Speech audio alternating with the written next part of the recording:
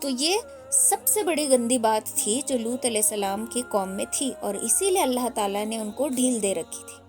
تو ان کو موقع دے رہا تھا، اللہ موقع دے رہا تھا، بٹ وہ نہیں مانے. تو ایک دن کیا ہوتا ہے، ان کی جو صبر کی حد ہوتی ہے وہ ختم ہو جاتی ہے. اب ان کا صبر ٹوٹ جاتا ہے، پھر یہ اللہ سے دعا بھی کرتے ہیں. تو اگر آپ کو یاد ہو تو ابراہیم علیہ السلام کے گھر فرشتے آئے تھے نا، یاد ہے؟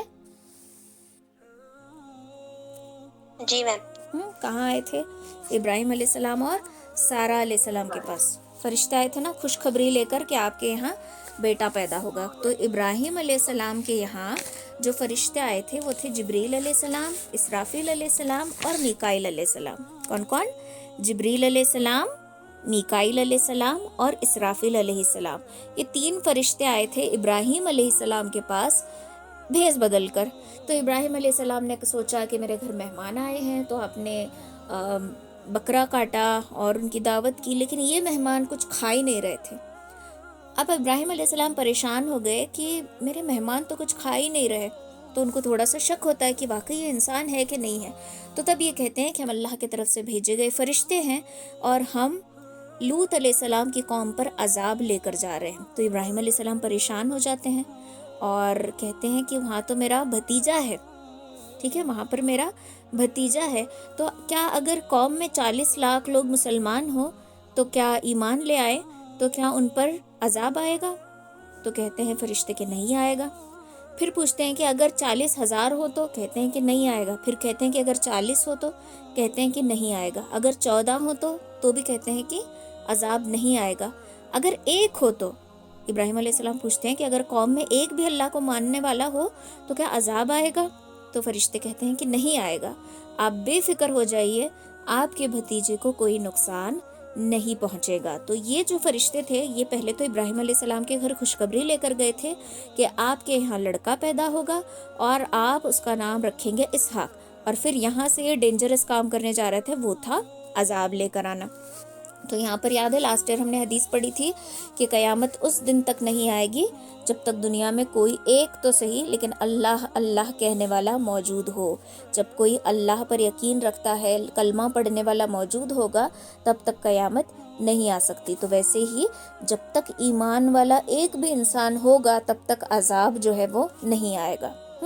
تو اب ابراہیم علیہ السلام کو بڑی فکر کھائی جا رہی تھی کہ پتہ نہیں لوط کے ساتھ کیا ہوگا، کیونکہ ابراہیم علیہ السلام نے انسسٹ کیا تھا لوط علیہ السلام کو کہ تم صدوم کے علاقے میں جانا، وہاں کے لوگ سرکش ہیں اور مجھے لگتا ہے کہ یہ لوگ جو ہیں وہ مان جائیں گے. تو اللہ تعالیٰ قرآن میں کہتا ہے کہ بے شک ابراہیم جو ہیں بڑے حلم والے ہیں، یعنی نرم دل والے ہیں، رجوع کرنے والے ہیں. اے ابراہیم اس بات کو جانے دو، تمہارے پروردگار کا حکم پہنچا ہے اور ان لوگوں پر عذاب آنے والا ہے جو کبھی نہیں ٹلے گا. تو اللہ کو اب فل غصہ آ چکا تھا اور اب اللہ کے غصے کا سامنا کرنا پڑ رہا تھا لوط علیہ السلام کی قوم کو. تو اب یہ 3 فرشتے جاتے ہیں. اس وقت لوط علیہ السلام کی بیٹی جو ہے ان تینوں کو دیکھتی ہیں اور دیکھتی رہ جاتی ہیں، کیونکہ اتنے خوبصورت، اتنے اسمارٹ، اتنے فیئر، اتنے ہینڈسم لوگوں کو اس نے دیکھا ہی نہیں تھا. اور اب یہ جانتی تھی کہ قوم کے لوگ جو ہیں بہت گندے ہیں، اب یہ ان کو دیکھیں گے تو ان کو تکلیف دیں گے. تو اس کے لیے وہ کہتی کہ تم کون ہو، یہاں پہ کیوں آئے ہو؟ تو یہ کہتے ہیں کہ ہم لوط علیہ السلام کے پاس مہمان بن کر آئے ہیں. تو یہ پریشان ہو جاتے ہیں کہ اب میں 3 مردوں کو اپنے گھر کیسے لے کر جاؤں. ان کی بیٹی مسلمان تھی.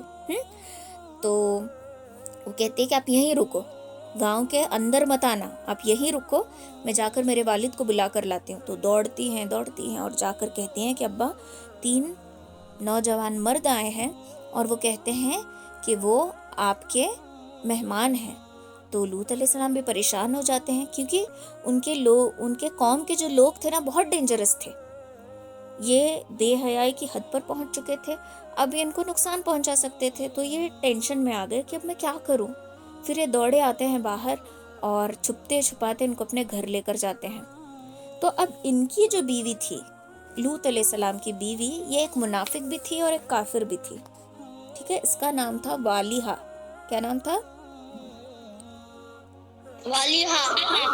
یہ ان کی بیوی تھی والیہا.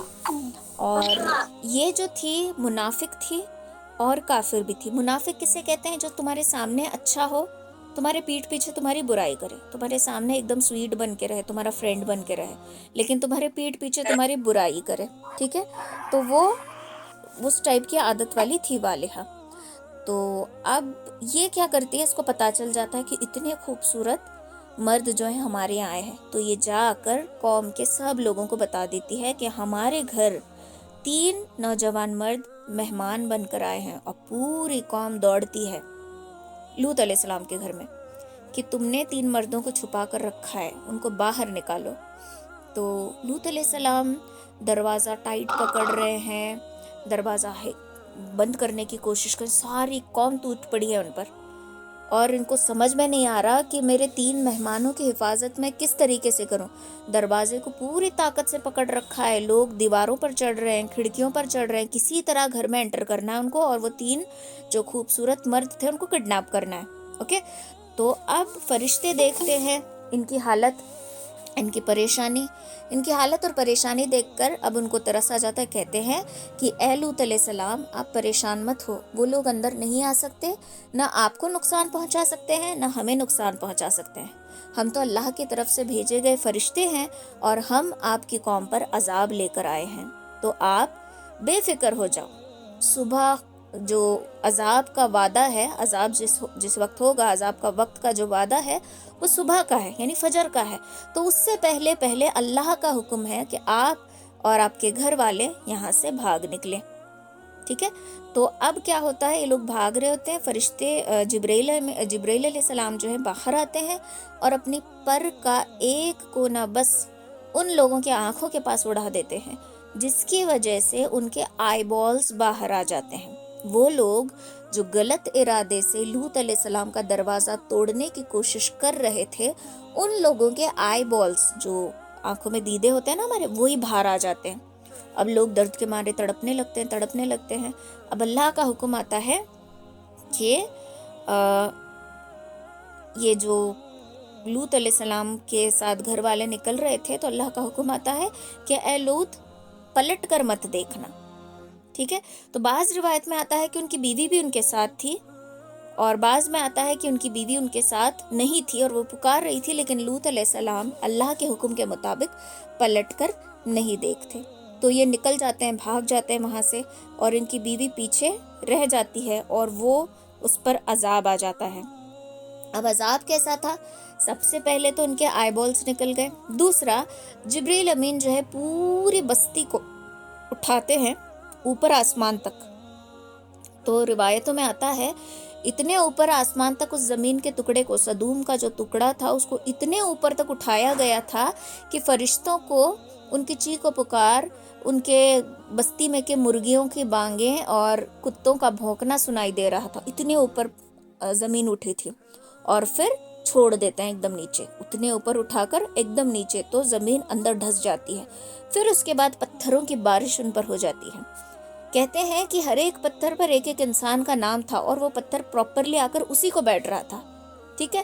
اور اس کی وجہ سے ان کے سر پھٹ رہے تھے۔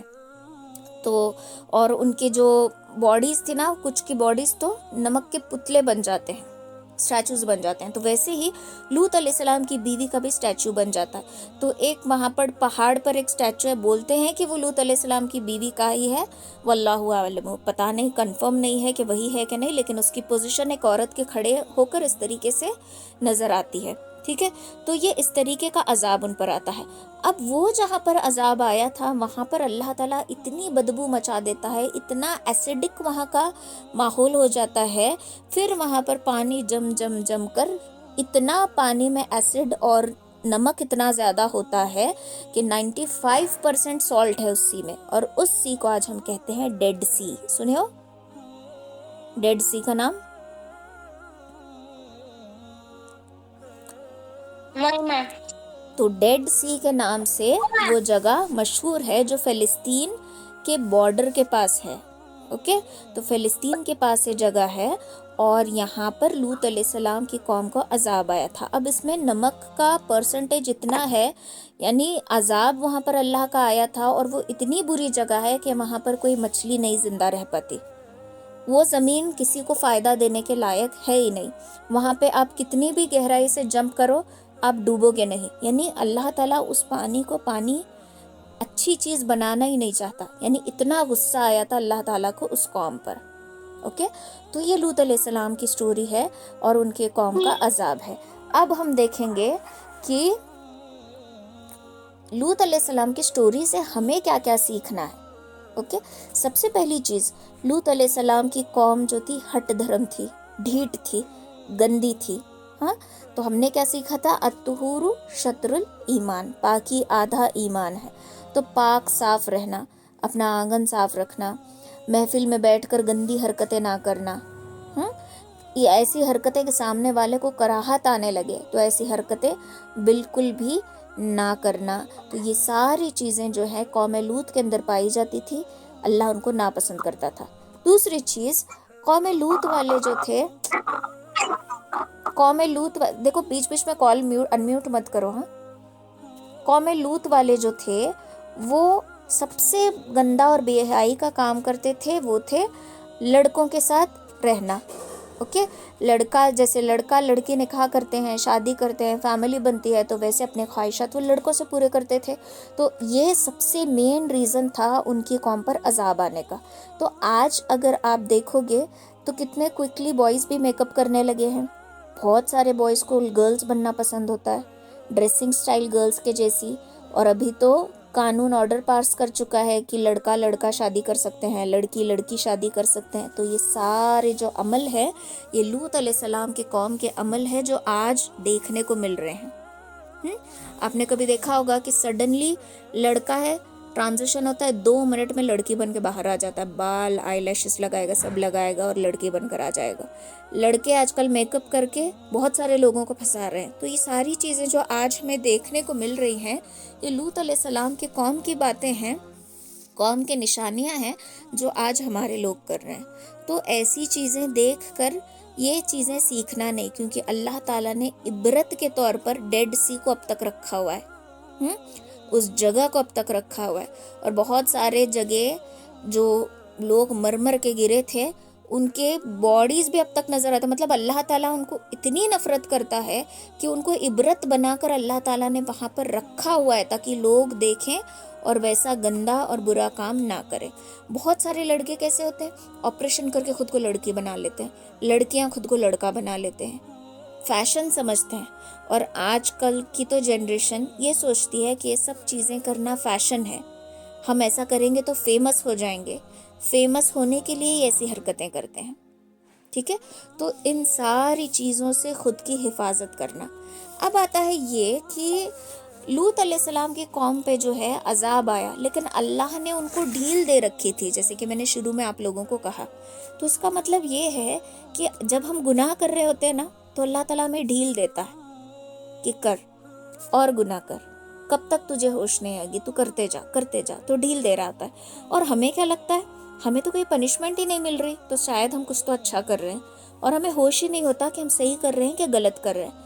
پھر ایک دن اللہ تعالیٰ کیا کرتا ہے, ہماری سخت پکڑ کرتا ہے. اور جب ایسے میں اللہ سخت پکڑ کرتا ہے, تو تب ہمیں کوئی بھی نہیں بچا سکتا. جیسے کہ جب ہم پتنگ اڑا رہے ہوتے ہیں, سامنے والے کی پتنگ کو کاٹنے کے لیے ہم اپنی پتنگ کو ڈھیل دیتے ہیں, ہے نا. پتنگ اڑانے والا بولتا ہے کہ ڈھیل دے, جس نے وہ تھریڈ مانجا پکڑا ہوتا ہے اس کو بولتے ہیں کہ ڈھیل دے. تو ویسے ہی اللہ تعالیٰ ہماری پتنگ کو ڈھیل دے رہا ہوتا ہے جب ہم گناہ کر رہے ہوتے ہیں. تو اللہ تعالیٰ ایکسٹریم لیول تک ڈھیل دیتا ہے.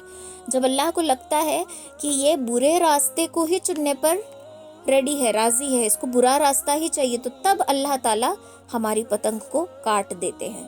تو یہی چیز جو ہے لوط علیہ السلام کی قوم کے ساتھ ہوئی کہ اللہ تعالیٰ نے ان کو ڈھیل دی, ان کو سمجھایا, سب کچھ کیا, نبی بھیجا, لیکن وہ لوگ کسی بھی حد تک نہیں مانے. ٹھیک ہے, تو وہ چیزیں آج ہم کر رہے ہیں. بہت ساری چیزیں دیکھنے کو ملتی ہیں. ایون اگر آپ کے اسکول میں بھی کوئی پروگرام ہے یا کوئی ڈانس ہے یا کچھ بھی ہے, آپ کے ٹیچرز انسسٹ کرے کہ آپ کو لڑکی بننا ہے, تو یو شوڈ اسٹریٹلی سے نو, نہیں میں نہیں بنوں گا, میرا دین مجھے اس کی اجازت نہیں دیتا. لڑکی ہو یا لڑکا ہو, آپ کا جینڈر چینج کر کے آپ کو چیزیں نہیں کرنی. اسی لیے اللہ کے نبی صلی اللہ علیہ وسلم نے کہا کہ مرد جو ہیں وہ عورتوں والے کپڑے نہ پہنے. جو مرد عورت کا لباس پہنتا ہے اس پر اللہ اور اس کے رسول کی لعنت ہے. جو عورت مردوں کا لباس پہنتی ہے اس پر اللہ اور اس کے رسول کی لعنت ہے۔ لڑکوں کا تو مجھے پتہ نہیں اتنا کیا پہنتے ہیں کیا نہیں، لیکن ہاں کبھی کبھار لڑکوں کی ڈریسنگ سینس جو ہے بالکل لڑکیوں کی طرح ہو جاتی ہے، اوکے، تو ان چیزوں کو اوائڈ کریں۔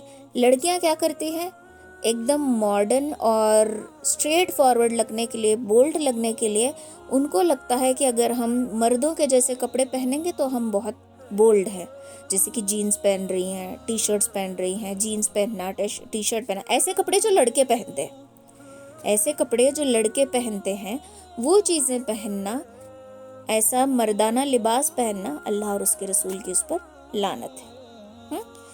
تو ذرا سوچو ہم کہاں کہاں ایسے کپڑے پہنتے ہیں، اوکے، تو ماڈرن بننے کے چکر میں اللہ اور اس کے رسول کی لعنت نہیں اٹھانا۔ اب ہم بچے ہوئے کیوں ہیں؟ اب آپ بولیں گے کہ لوط علیہ السلام کی قوم پر عذاب آیا تھا تو ابھی بھی لوگ ویسے گندے کام کرتے ہیں، غلط کام کرتے ہیں، ابھی تو گورنمنٹ نے الاؤ کر دیا ہے، تو اب لوگوں پر عذاب کیوں نہیں آتا؟ تو ہمارے نبی صلی اللہ علیہ وسلم نے اللہ سے دعا مانگی تھی کہ میرے بعد میری امت کا کیا ہوگا، ریکویسٹ کی تھی، تو اللہ نے کہا تھا کہ تمہارے بعد تمہاری امت کو تنہا نہیں چھوڑیں گے۔ تو یہ آپ کی ریکویسٹ کا نتیجہ ہے کہ ہم پر عذاب نہیں آتا، ورنہ ہمارے اندر نوح علیہ السلام کی قوم کا عذاب ہے، قوم عاد، قوم سمود کے جیسا، نوح علیہ السلام کے قوم کے جیسے کام ہم کرتے ہیں، قوم عاد، قوم سمود کے جیسے کام ہم کرتے ہیں، اور لوط علیہ السلام کی قوم کے جیسے کام ہم کرتے ہیں، ہر ایک برائی ہمارے اندر ہے، پھر بھی ہمارے اوپر عذاب نہیں آ رہا۔ یہ آپ صلی اللہ علیہ وسلم کی محبت کی نشانی ہے کہ ہم اس طریقے سے ہلاک نہیں ہوئے۔ اگر آپ نے دعا نہیں کی ہوتی تو ہمارے کام ایسے ہیں کہ ہم بھی ہلاک ہو جاتے۔ تو آپ صلی اللہ علیہ وسلم کا جتنا شکر ادا کریں اتنا کم ہے۔ لیکن ایک چیز ہو رہی ہے ہمارے ساتھ، جتنا ہم برائی کرتے ہیں ہمارے اوپر ایسا عذاب تو نہیں آ رہا کہ بارش آئی اور ہم بستی ڈوب گئی، یا پوری بستی کو اوپر اٹھایا اور نیچے پٹک دیا، ایسی چیزیں تو ہمارے ساتھ نہیں ہو رہی، لیکن بہت ساری الگ الگ چیزیں ہمارے ساتھ ہو رہی۔ کیا کیا؟ مہلک بیماری ہو جانا، جیسے کہ کینسر ہو جانا، ایسی بیماری ہو جانا جس کا کوئی علاج ہی نہیں ہے، پھر کھجلی ہو کر ہاتھ پیر کالے ہو جانا، کھجلی کے نشان ہو کر ہاتھوں پیروں پر نشان پڑ جانا، خارش ہونا، بڑے بڑے پھوڑے ہونا، یہ سارے گناہوں کے نتیجے ہیں۔ آج کیا ہوتا ہے یوروپین کنٹریز میں، جو ہم بولتے ہیں نا ویسٹرن کلچر، تو ویسٹرن کلچر میں یہ ساری چیزوں کی اجازت ہے، اسی لیے ان کے ہاں بیماریاں بہت ہیں، ان کے لائف میں سکون نہیں ہے۔ ہم ویسٹرن کلچر کو نہیں اپناتے، اس لیے ہماری لائف میں تھوڑا بہت سکون ہے، لیکن جو انسان کمپلیٹلی ویسٹرن کلچر کو فالو کرتا ہے اس کی زندگی میں سکون نہیں ہے، اللہ کی برکتیں نہیں ہیں۔ تو اپنے آپ کو ان چیزوں سے بچا کر رکھنا، لڑکی والی حرکتیں کرنے سے لڑکے خود کو بچانا، لڑکوں والی حرکتیں کرنے سے لڑکیاں خود کو بچانا۔ کبھی یہ نہیں سوچنا، کبھی آپ نے یوٹیوب پہ شارٹ دیکھ لیا یا پھر انسٹاگرام پہ ریل دیکھ لی جس میں لڑکا ٹرانزیشن اپلائی کر کے 2 منٹ میں لڑکی بن کے سامنے آ رہا ہے، اور آپ دیکھتے ہیں کہ اس میں ویوز کتنے ہیں، لائکس کتنے ہیں، تو آپ کے دل میں آئے گا، شیطان ڈالے گا کہ واو میں بھی ایسا کروں گا تو فیمس ہو جاؤں گا، ساری دنیا مجھے جانے گی، میں بہت ہیرو بن جاؤں گا۔ یہ سوچ کر یہ شیطان ہمارے دماغ میں ڈالتا ہے۔ شیطان کیا کرتا ہے؟ برائی کو اچھائی کی چادر اڑا کر ہمارے سامنے پیش کرتا ہے۔ تو شیطان کیا پیش کرے گا؟ ارے تم ایسا کرو گے تو فیمس ہو جاؤ گے، تمہیں نہیں فیمس ہونا، تمہیں بڑے بڑے ایکٹرز کے جیسے، سٹارز کے جیسے نہیں بننا، یہ دماغ میں ڈالے گا شیطان۔ پھر فوراً تمہارے دل میں خیال ہے کہ ہاں یار میں یہ کروں گا تو میں فیمس ہو جاؤں گا، میں چیزیں کروں گی تو میں فیمس ہو جاؤں گی۔ تو یہ سوچ کر فیمس ہونے کے چکر میں ہم یہ ساری چیزیں کرنے لگے۔ کتنی جگہ دیکھنے کو ملتا ہے کہ لڑکیاں برقع پہنی ہوتی ہیں، حجاب باندھی ہوتی ہیں اور ناچ رہی ہوتی ہیں، بتاؤ یہ اچھا لگتا ہے؟ بالکل بھی نہیں۔ لڑکے سنت لباس پہنے ہوتے ہیں، چہرے پر داڑھی سجائی ہوتی ہے اور یہ چیزیں کر رہے ہوتے ہیں، بالکل بھی اچھا نہیں لگتا۔ چھوٹے چھوٹے اتنے چنٹو پنٹو رہتے ہیں، وہ بھی ایسے ریلز بناتے ہیں، ان کو تو کچھ سمجھ بھی نہیں ہوگی، صرف کس لیے؟ شیطان نے دماغ میں ڈال دیا ہے کہ آپ کو فیمس ہونا ہے۔ تو فیمس کیسے ہوتے ہیں؟ اپنے کردار کو اچھا بنا کر، اپنا کیریکٹر اچھا رہا نا تو آٹومیٹکلی ہم فیمس ہو جاتے ہیں۔ اگر ہمارا کیریکٹر اچھا نہیں رہا نا تو ہم کتنا بھی کچھ بھی کرو ہم فیمس کبھی نہیں ہو سکتے، الٹا ہم بدنام ہوتے جائیں گے. تو یہ ساری چیزوں سے خود کو بچا کر رکھنا، کیونکہ ابھی کا زمانہ کیسا ہے؟ انٹرنیٹ کا زمانہ ہے. آپ کو اسکول والے ایک پروجیکٹ بھی دیں تو آپ کیا کرتے ہیں؟ سائبر جاتے ہیں، سائبر والے بھیا سے بولتے ہیں کہ اس کیس کے بارے میں بتاؤ، یا پھر گھر میں اگر پرنٹر ہو تو ہم کروم سے سرچ کر لیتے ہیں، پرنٹ آؤٹ نکالتے ہیں، کٹ کاپی پیسٹ، ختم. یہ ہماری پڑھائی ہے، یہ ہماری ایجوکیشن جب ہو گئی ہے. ہمارا دور کیسا تھا؟ جب ہمارے پروجیکٹس ہوتے تھے، اسائنمنٹس ہوتے تھے، تو ہم کتابیں ٹٹولتے تھے. مجھے آج بھی یاد ہے، میں نے سوشل اسٹڈیز کا اسائنمنٹ کیا تھا، اس میں نے لیا تھا حضرت اورنگزیب رحمۃ اللہ علیہ کا. تو میں نے اتنی اسٹڈی کی تھی ان کے بارے میں، تو تب اسٹڈی کی اس لیے مجھے آج پتا ہے کہ وہ جیسے ہماری انڈین ہسٹری ان کو ظالم بتاتی ہے، وہ ظالم نہیں تھے. وہ تو ٹوپیاں سل سل کر اپنا گھر چلاتے تھے، حالانکہ وقت کے بادشاہ. لیکن ہماری ہسٹری کیسے دکھاتی ہے کہ واز ویری کروئل، بٹ ویسا نہیں ہے. تو کٹ کاپی پیسٹ کے زمانے میں ہماری نالج کیا ہے؟ زیرو ہے. ہم بک ورم ہیں، بک کا نالج سب ہے ہمارے پاس، بک کے باہر کا نالج کچھ بھی نہیں ہے. ہاں یہ نالج ضرور ہے کہ یہ جو ایکٹر ہے کون سے ہیرو کو بیٹا ہے، اس کی امی کون سی ہیروئن ہے، یہ کون سے فیملی سے بلونگ کرتا ہے، یہ سارا نالج ہمارے پاس ہوتا ہے. لیکن باقی جنرل نالج میں ہم زیرو ہوتے ہیں، بیکاز کٹ کاپی پیسٹ کا زمانہ. ہم جسٹ سرچ کرتے ہیں کٹ کاپی اینڈ پیسٹ. تو یہ دور ہے. اس کے لیے آپ کے پاس یہ بہت سارے چیلنجز آئیں گے، آپ کے دماغ میں بار بار وسوسے آئیں گے کہ میں بھی ریل بناؤں، میں بھی فیمس ہو جاؤں، یہ ساری چیزیں آئیں گی. تو ان چیزوں کو فالو نہیں کرنا، ان باتوں کو اپنے دماغ سے نکال دینا ہے. سمجھ میں آیا؟ ورنہ اللہ کا عذاب ہم پر بھی آ سکتا ہے. اور کیسا عذاب؟ یہ بستی پلٹنے کا عذاب نہیں آئے گا، گندی گندی بیماریاں ہو جائیں گی، چہرے پر سے نور اڑ جائے گا، رونق اڑ جائے گی چہرے پر سے. آپ چھوٹے رہیں گے. کچھ لوگ ایسے ہوتے ہیں چھوٹے بچے ہی ہوتے ہیں لیکن ان کے چہرے پر بچپنا نہیں ہوتا، ایک دم ویران سا چہرہ ان کا لگنے لگتا ہے. ان کی جو چارمنگنیس ہوتی ہے فیس کی، وہ اللہ چھین کر لے لیتا ہے، بیکاز کام غلط کر رہے ہیں. بہت سارے چھوٹے چھوٹے لڑکے ہوتے ہیں جو برے برے کام کرتے گھوم رہے ہوتے ہیں، دنگے مچاتے، لڑائی جھگڑا کرتے، گالی گلوچ کرتے گھوم رہے ہوتے ہیں. اللہ ان کے چہرے سے نور چھین کر لے لیتا ہے اور وہ وقت سے پہلے بوڑھے لگنے لگتے ہیں. بہت سارے لڑکے بھی لڑکیاں بھی ایسے ہوتے ہیں جو ہوتے ہیں 10 یا 11 ایئرس کے، لیکن فیس کا ان کا ایسا لگتا ہے جیسے 20 ایئرس کے ہوں، بیکاز اللہ کی طرف سے وہ سزا ہوتی ہے. جب بھی ہم کوئی غلط کام کرتے ہیں نا، اللہ چہرے سے نور چھین کر لیتا ہے، پہلی چیز. دوسرا، سجدہ کرنے کی توفیق چھین کر لیتا ہے، مطلب ہماری نمازیں چھوٹ جاتی ہیں، نماز پڑھنے دل ہی نہیں کرتا، بیکاز اللہ نہیں چاہتا کہ تم اتنے گندے ہو میرے سامنے مت آؤ. ہم سوچتے ہیں ہم سستی سے نماز نہیں پڑھ رہے، لیکن ہم کہیں نہ کہیں کوئی تو ایسا گناہ کر رہے ہوتے ہیں کہ اللہ ہمیں اپنے سامنے کھڑا نہیں کرنا چاہ رہا ہوتا. تو یہ لوط علیہ السلام کی سٹوری سے ہمیں یہی سب سیکھنا ہے کہ آج جو گندی اور برائی کے کام چلے ہیں نا، ان سب سے ہم کو بچنا ہے، ان سب سے ہمیں بچ کر رہنا ہے. یہ ساری چیزیں آج جو دیکھنے کو مل رہی ہیں، ساری غلاظت لوط علیہ السلام کے قوم کے ٹائم کی غلاظت ہے. آیا سمجھ سب کو؟ جی آپ.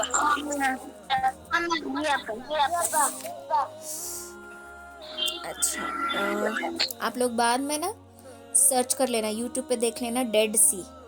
ڈیڈ سی جو ہے وہ ایک دم ڈیپتھ میں ہے، نیچے ہے، کیونکہ اس بستی کے ٹکڑے کو فرشتے نے اوپر آسمان تک اٹھایا تھا اور واپس سے پٹک دیا تھا، تو زمین کیا ہو گئی؟ اندر ڈھس گئی. تو ڈیڈ سی جو ہے وہ زمین کے بہت ڈیپتھ میں ہے، اوکے. اور اس میں سالٹ کا پرسنٹیج اتنا زیادہ ہے کہ وہاں پر لوگ ڈوبتے نہیں ہیں، وہاں پر کوئی مچھلی، کوئی بھی جاندار وہاں پر زندہ نہیں رہ پاتا.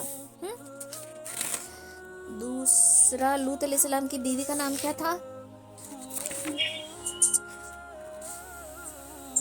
والیہا. کیا تھا؟ لوط علیہ السلام کون سی قوم کی طرف بھیجے گئے؟ کون سے ایریا میں؟ صدوم.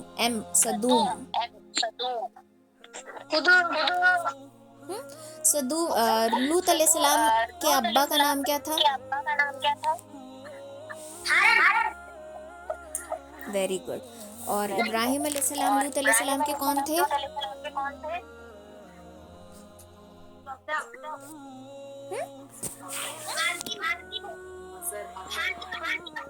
ابراہیم علیہ السلام لوط علیہ السلام کے کون تھے؟